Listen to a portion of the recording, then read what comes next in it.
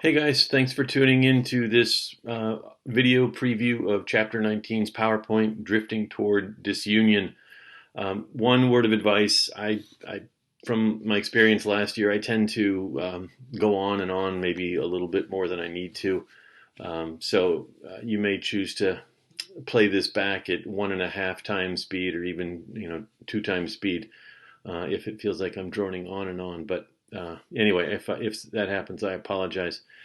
Again, if we had more time, we would go over this together in class, but we're just short on time to get where we need to be by the end of the semester. So thanks for watching this anyway to get some information about this important chapter.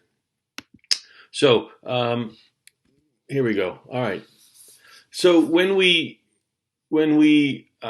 last left, we talked about the book Uncle Tom's Cabin as one of the devices used by abolitionists to increase awareness about the horrors of slavery in the South. And it gets mentioned again in Chapter 19 in even stronger language. And the slide here tells you all that you need to know. Just a wildly popular book in the North, obviously banned in the South, but also in other countries. One of the effects of the book was that it convinced more Northerners to avoid helping with the fugitive slave law. They were more resistant to helping slave owners, regain their property. And it also kept France and England from siding with the South. What's interesting there, the governments of England and France were sort of keen on helping the South because, they didn't mind sticking it to the American government. But the people of England and France, right, the average citizens who read the book, they were not about helping a slaveholding country. So the book had a lot of impact in that regard. And the quote there is a famous one when Lincoln met Harriet Beecher Stowe, sort of giving her some credit and or blame for starting the Civil War. The gentleman below her, Hinton Helper, wrote another book that was also criticized in the South, banned, as you can see by that last bullet point, banned in the South. His book was not necessarily about the horrors of slavery like Uncle Tom's Cabin was.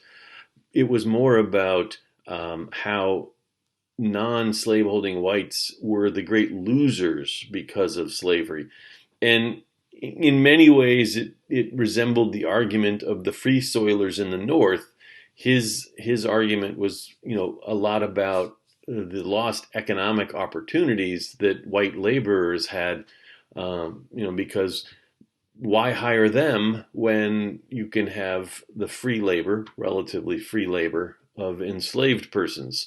And so they were kept at a lower economic status because it was harder to work their way out of it because there was nobody hiring them. That 75% of the Southerners in the South who didn't own slaves, they were the ones being hurt most by this. And of course, the slave owners, they needed the support of the poor whites to continue this institution. So they, were offended by this book, and that's why they had these book burning parties in the South. Okay, sorry, went the wrong way. You may remember in our last unit or last chapter, we talked about the Kansas-Nebraska Act, and it was sort of understood when this was proposed by Stephen Douglas that Nebraska would be free because it was farther north, and Kansas would be slave because it was farther south. And, so that was sort of the expectation.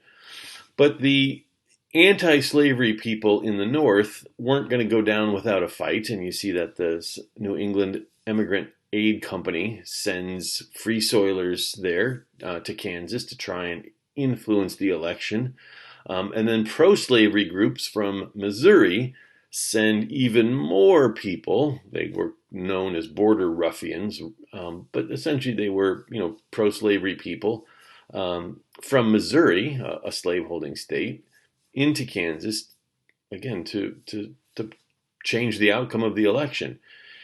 And that's what happens, right? The pro-slavery people, in great numbers, much greater than what the abolitionist societies were able to do, they swung the election in favor of a pro-slavery government in Kansas, and that creates a whole lot of chaos.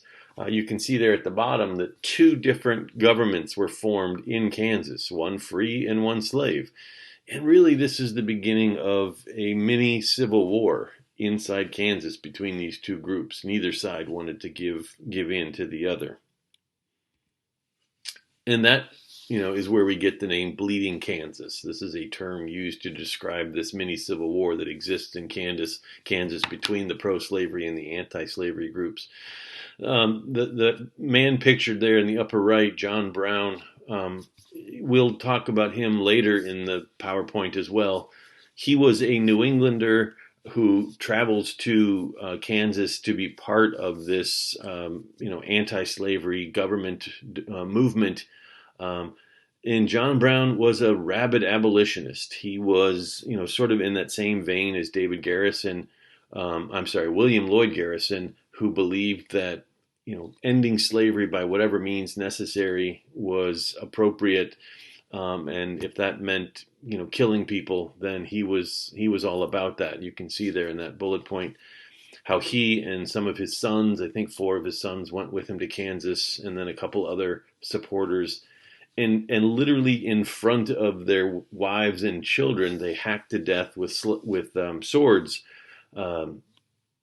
these 5 men that they believed to be pro-slavery individuals, and that's just part of this violence that was occurring there. But John Brown was was headfirst into that mess. And then at the bottom there, you notice where it says Beecher's Bibles. Henry Ward Beecher was the brother of Harriet Beecher Stowe, and he even got involved. He was a preacher. But he even got involved in the anti-slavery movement by sending guns into Kansas for the anti-slavery groups in crates marked Bibles, which is why they're called Beecher's Bibles. It's hard to say fast 3 times.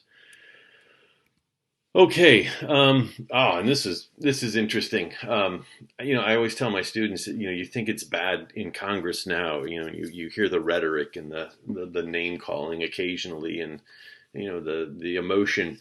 That has nothing. What we're going through now has nothing on what was happening in the country, prior to the Civil War.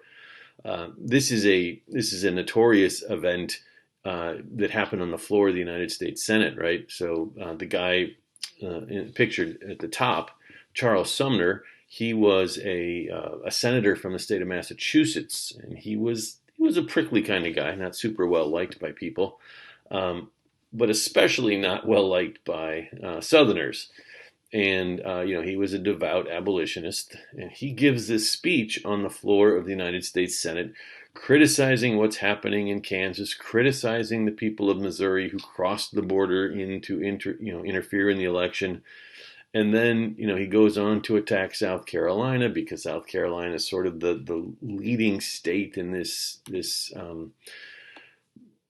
pro-slavery, even, secessionist movement. And then he attacks Senator Andrew Butler, an older South Carolina senator. And generally, there's an unwritten rule on the Senate, in the Senate, that you don't attack other senators. That's, it's, like I said, it's sort of an unwritten respect rule. But he didn't pay attention to that, and he went after Andrew Butler, the senator from South Carolina. So the next day, Preston Brooks, a congressman from South Carolina, gets wind of this, and he goes into the Senate and confronts Sumner, and then beats him senseless. Beats him with his cane to the point where his cane breaks, and does serious bodily harm to the man. Because he's cracking him over the head with this. Charles Sumner was out of commission for 3.5 years. He had to go overseas to get medical treatment. He was in pain and for this act of aggression against him. It was it's sort of fascinating how the various groups reacted to this, because Southerners thought Preston Brooks was a hero. He resigned from Congress. He was sort of censured by Congress. He wasn't officially kicked out, but he ended up resigning from Congress. But in the next election, the people of South Carolina re-elect him, because they think what he did was great. He was standing up for their state, and likewise in Massachusetts, Charles Sumner, he was incapable of fulfilling his duties as a senator. But when it was time for him to be reelected, the people of Massachusetts reelected him, and his seat was unoccupied essentially. So the passions were really high on the Senate floor and in Congress. So, like I said, as bad as things have gotten in politics here, and hopefully they won't get this bad, but they were certainly worse back then.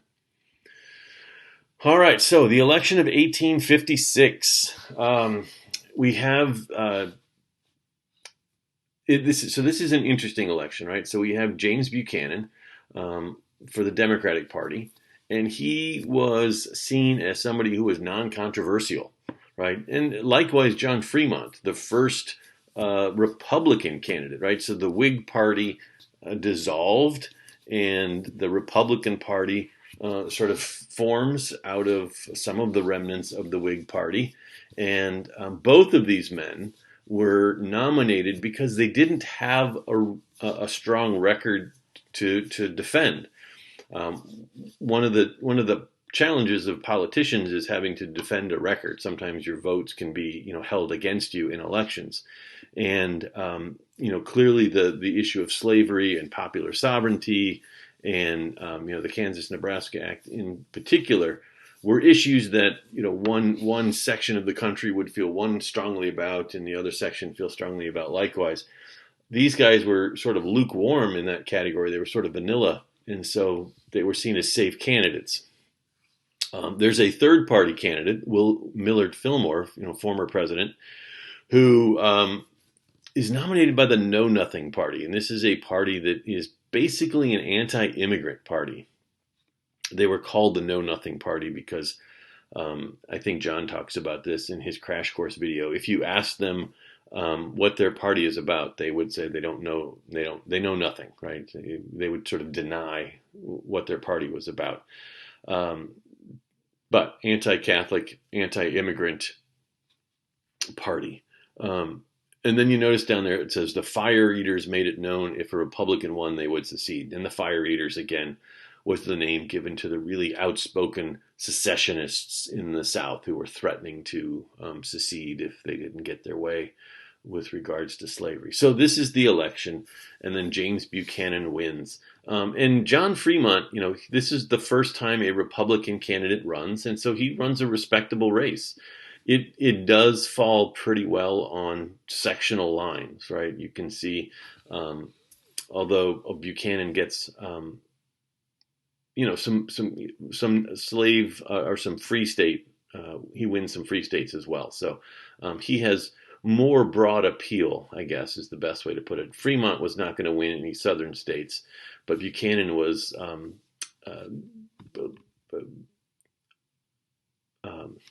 like I said, non-controversial enough that he could win some Midwestern states and California, of course. Okay, so one of the issues that James Buchanan has to deal with is the continued violence in Kansas, and one of the things that was proposed while he was as president in the one term that he served was this potential constitution. It was called the Lecompton Constitution because that's where the capital was going to be, and it was very much molded to appeal to the pro-slavery groups, right? So it was essentially said that slavery would be allowed in the future, right? If the people of Kansas in the future would decide that they wanted it to be a slave state, then the people could choose to make it such, even if the initial vote was for it not to be a slave state. The people who didn't want it to be a slave state, the Free Soilers, they were opposed to it, and they wouldn't even vote. Congress rejected the results of the election because they knew it was a flawed, fraudulent election, and so it continues to, Kansas continues to just simmer until the Civil War begins, and then it becomes a free state. So let's see. All right. This is really important. This is the Dred Scott v. Sanford case. And this Supreme Court ruling would solidify in the minds of the Northern abolitionists that they were going to get no relief about slavery from the federal government, right? The South dominates the Supreme Court. At least it holds like a 5-4 majority. And the 5 Southern justices were, pretty straightforward racists, and they had ruled frequently in favor of, the pro-slavery interests. So Dred Scott was enslaved by a physician who lived in Missouri. Missouri was a slave state, and for a few years, his owner took him with him when he traveled to the Illinois and Wisconsin territories, and he spent several years there. And obviously Dred Scott couldn't sue on his own behalf, but people who were looking out for him, abolitionist groups, tried to sue on his behalf, arguing that because he was in free territory, that he and essentially he was above the 3630 line from the Missouri Compromise. Because he was in free territory, he should thereby be free. Because when his owner was going to go back to Missouri, that's when he decided he wanted to try and sue for his freedom. So Chief Justice of the Supreme Court, Roger B. Taney, the guy pictured there in the middle, gives this really blistering opinion that essentially solidified the legality of slavery. First, he says that slaves aren't citizens, so they don't have any right to sue in federal court. They're property, and the Fifth Amendment says that the government can't take away your property without due process. All right. And because of that, he invalidates the Missouri Compromise. The Missouri Compromise was that law passed back in 1820 because, Missouri wanted to enter as a slave state, and they wanted to keep the balance. So we get Missouri in as a slave and Maine as a free state. And so, that essentially Taney is saying that you can't legislate slavery away in the territories above the 3630 line, because that would be taking away somebody's property, and we can't do that. There were inconsistencies in his legal arguments. Legal scholars look at this and see it as, I think I have this in the next slide. Yeah, is perhaps the worst decision the Supreme Court has ever made, and not just on a moral basis. Morally, it's horrifying, and I put this quote in here because it's just god awful. But also from a legal standpoint, because some states in the North, obviously, had given free African Americans the right to vote. They had given them citizenship. And if you are a citizen in one state, then that means that you have the right to sue in federal court. So he was not applying the law properly in his decisions. But like I said, this was a racist court dominated by the South. But I share this with you because I think this is really important to know, that this was a decision by the Supreme Court of the United States. And the first part, I think, we can't argue with this because this is true, right? In the opinion of the court, the language used in the Declaration of Independence shows that neither the class of person who had been imported as slaves nor their descendants, whether they had become free or not, were then acknowledged as part of the people, nor intended to be included in the general words used in that memorable instrument. What he's saying is what we know, right? That when Thomas Jefferson wrote the Declaration of Independence, he wasn't talking about um, enslaved persons or Africans or African Americans or Native Americans. Frankly, he wasn't really even talking about women, right? We looked at that earlier in the year. But then he goes on to say some really horrible things. Taney goes on to say, they had for more than a century before been regarded as beings of an inferior order and altogether unfit to associate with the white race, either in social or political relations, in so far inferior that they had no rights which the white man was bound to respect, and that the Negro might justly and lawfully be reduced to slavery for his benefit. Let that sink in for a minute. So again, like I said, that decision by the courts, especially striking down the Missouri Compromise, suggests that the Supreme Court was going to allow slavery to expand really anywhere in the country where pro-slavery people dominated. So that drives us much closer to Civil War. Another problem that James Buchanan had to deal with, you can see he's looking a little bit older in this picture here, was an economic collapse, a panic or crash in 1857. The influx of gold from California created inflation, and then we had land speculation, similar to what we had back in 1837, similar to what we had back in 2008, 2009 with the housing collapse. And then we had overproduction of grain. Overproduction of grain means that there's going to be a drop in prices, and that's going to hurt farmers.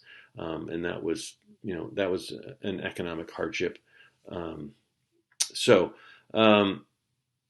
Again, not a whole lot you need to worry about, but there was an economic collapse in 1857 that's not helping things.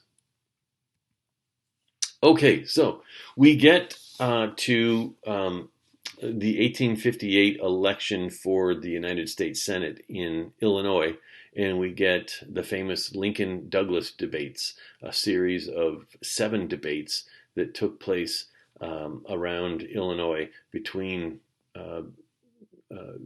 Abraham Lincoln and Stephen Douglas, for Stephen Douglas's Senate seat. And these are famous debates, and Lincoln does not win. He loses the election, but he gets fame, right? He becomes known around the state and frankly around the country for his debating prowess, for his intelligence, and he makes a name for himself within the Republican Party. The Freeport Doctrine comes out of one of the debates. It was in Freeport, Illinois, which is where it gets its name.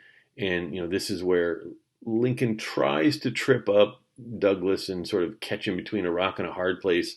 The Supreme Court had ruled that slavery could exist anywhere, and Stephen Douglas was one of the architects of the popular sovereignty idea, and so he's challenging him on that.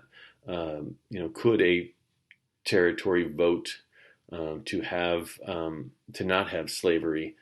And Douglas ultimately says, yeah, they could pass laws limiting slavery, and the southern states don't like that because that's sort of going against what the Supreme Court says. And now all of a sudden Douglas has alienated a lot of Democrats in the South.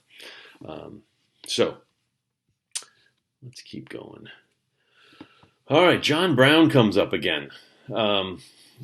Now we're into 1859. We're getting closer and closer to the election of 1860 and then the start of the Civil War.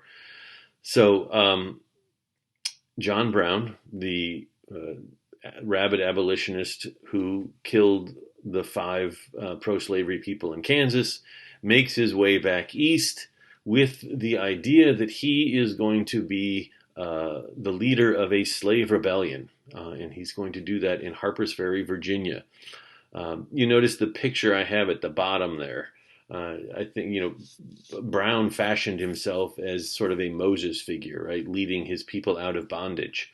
And that's what he was going to do. He and his sons and a few followers, they captured um, the arsenal at Harper's Ferry, which had hundreds of guns, with the goal of arming the nearby slaves and starting the Civil War and developing a free territory.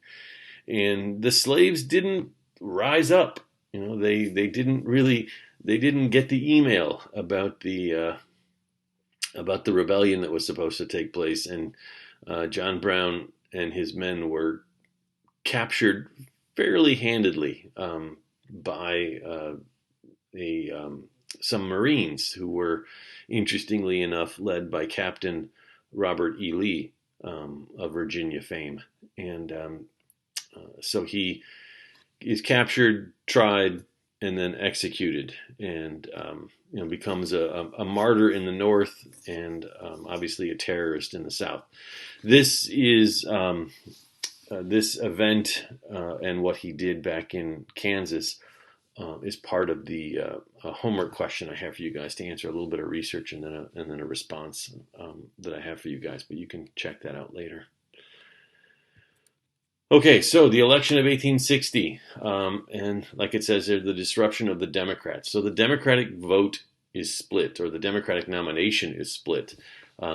Stephen Douglas had alienated a lot of Southerners because of his Freeport doctrine. He still believed in popular sovereignty, but they didn't feel like he supported the right to slavery in the Western territories quite enough. He did believe in the enforcement of the Fugitive Slave Act, but again, he lost the trust of the South. And so the South, they nominate their own Democrat. And essentially what that does is, by them nominating two Democrats, their party is weakened and it opens up an opportunity for somebody else. So John Breckinridge is nominated by the Southern Democratic wing of the Democratic Party. And he's very pro-slavery, going into the Western territories, taking over Cuba, making that into a couple of southern states, slaveholding states. And so he gets the Southern vote. And then there's the Constitutional Union Party. They come together. They put up a candidate. Essentially, their goal here is, well, let's have a candidate who's non-controversial, sort of in the same way that John Fremont and James Buchanan was. We're not going to really talk about the issue of slavery. We're just, we're going to follow the Constitution and follow the law. So, as you can imagine, he doesn't get a whole lot of attention. And then, of course, the Republican Party, they nominate Abraham Lincoln. And this is their second national election, and they have a pretty straightforward platform that is meant to appeal to lots of different groups. The Free Soilers, we're not going to have slavery expanding in Western territories. There's the support for the Homestead Act, which is going to give 160 acres of land to anybody willing to go out west and pay a $10 filing fee and build a home and live there for 5 years. There's support for building the Transcontinental Railroad. There's a tariff that they support, again, to help northern manufacturers. So there's a lot of things for different groups that the Republican Party supports. Lincoln wins the nomination over William Seward, senator from New York, and the South, they don't like it. In the last election, they said if a Republican wins, they're going to secede, and essentially they say the same thing. If Lincoln wins, they're going to secede, and as we know, Lincoln wins, and the South begins to secede. What's really interesting to me, we talk about electoral victories and popular victories. Because there were 4 candidates, Lincoln gets less than 40% of the vote. He gets like 39.9 or something like that percent of the vote. So more than 60% of the people in the country wanted somebody else to be president. So he does not exactly have a big mandate. And it's fascinating that 10 of the southern states didn't even have his name on the ballot. I mean, that's how hated he was in the South. And it really probably would have been that way for any Republican, but specifically Lincoln, right? So he wins despite not even being on the ballot in the South. Again, because the northern states were the more heavily populated, and sort of California as well. So you see the breakdown there. Stephen Douglas electorally did not do well, but if you look at the popular vote, 1.8 million to 1.3 million, he did pretty respectable. Considering that he had lost the support of the Southern Democrats. So Lincoln wins. And, as they said they would, South Carolina starts the procession of secession. And it's not surprising that South Carolina would be the first state to secede. If you remember the nullification crisis back in 1828 with the Tariff of Abominations, and then the Tariff of 1832, they were threatening to nullify it, then they were threatening to secede. So they had, they were already threatening secession 40 years earlier, or 30 years earlier. So not surprising that, they would be the first to go. And then again, before Lincoln even takes office, because of course he doesn't take office until March, that doesn't get changed until the 1930s, I think, or late 1920s. 6 more states, right? So 7 states have seceded before he's even inaugurated President of the United States. February, the Confederate States of America is formed. Jefferson Davis is named president. And, James Buchanan often gets criticized. He's seen as, one of the worst presidents we've ever had. He often gets criticized for not doing anything with the secession of these states, but it's really hard to know what he would have done. If you're not familiar with the term lame duck, essentially a lame duck, only has one functioning leg, and so it goes in circles. It can't really go anywhere. Presidents who are still in office, like right now, President Trump would be considered a lame duck president because he's just, waiting these next 40 some days until Joe Biden takes over. Buchanan had more time, but nevertheless, he didn't really know what to do. And he just sort of figured, I'll let Lincoln deal with this issue when he comes into office. That's what Lincoln has to deal with. There was an amendment proposed called the Crittenden Amendment. Crittenden was the last name of the representative who suggested it. Again, it was aimed at trying to, get the South to back off from their secessionist proclamations. It would have essentially restored the Missouri Compromise line, the 3630 latitude line, and it would have said, but the federal government is going to guarantee that there is slavery open in the Western territories, below it, and into Cuba. Right, we're going all the way. We're going to take Cuba, and that's going to be a couple of slave states too, and then the North would be free territory, and the reason this would be okay is because it would be an amendment, right? The Supreme Court said the Missouri Compromise was unconstitutional, but that was just a law. That wasn't an amendment to the Constitution. The Crittenden Amendment would have changed the Constitution, and the Supreme Court can't strike that down. Sorry. But anyway, Lincoln says no. The part of the Republican platform was that they're not going to have slavery expand in the Western territories, and he's not going to go back on that. So the Crittenden Amendment is shut down. All right, that's the end of the slideshow. So has us up to date. And obviously next time we get together, we're going to be talking about the war itself, and at least the early stages of the war and the advantages that both sides had going into the war. Anyway, thank you for your attention. 35 minutes. Wow, that was too long. I play this on double speed. I hope you did. Anyway, see you guys.